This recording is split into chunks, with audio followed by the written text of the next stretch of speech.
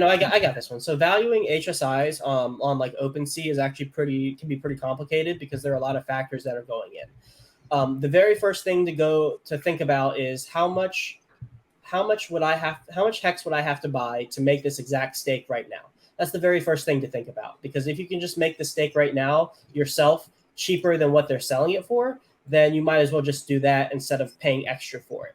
Now, there is also things to consider in terms of like launch phase bonuses. If the HSI has a launch phase bonus and they're selling it, there may be an extra premium on top of that because those are very limited and can never be minted again. Stakes that have more T shares but for longer, those can be a little more difficult to value because the redeemability of that stake is so much farther in the future. So you're less certain on how much how much hex is going to be accumulated in that stake over time. But through our speculations of the system, it'll be more over time as well. Shorter stakes, if you can get a nice discount on those fairly early, you're going to have more liquid hex soon, which is optionality to participate in any of this system or to restake. Let me think what else. And then you also have to consider the amount of Hedron that's already been accrued as well as will be accrued, which that number can be hard calculated based on the stake parameters.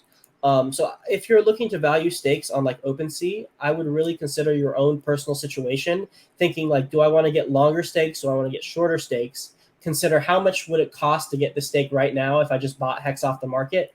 And then that will be a good initial measuring stick to determine if you should buy that stake or not. Good.